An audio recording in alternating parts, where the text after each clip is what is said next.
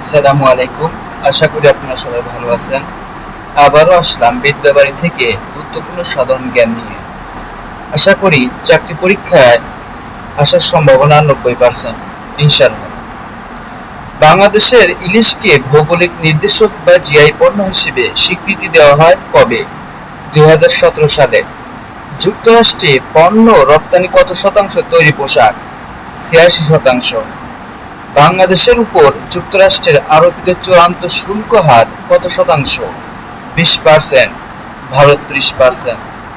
সুবলং ঝর্ণা কোন জেলায় অবস্থিত? রাঙ্গামাটি। আন্তর্জাতিক মাতৃভাষা ইনস্টিটিউট কোথায় অবস্থিত? সেগুনবাগিচা। বিশ্বের সবচেয়ে বড় এআই শহর কোনটি? সিঙ্গাপুর। সুপারকো কোন দেশভিত্তিক মহাকাশ গবেষণা সংস্থা? পাকিস্তান। আরব বসন্তের অনুঘটক কে ছিলেন? মুহাম্মদ বুয়াজিজি।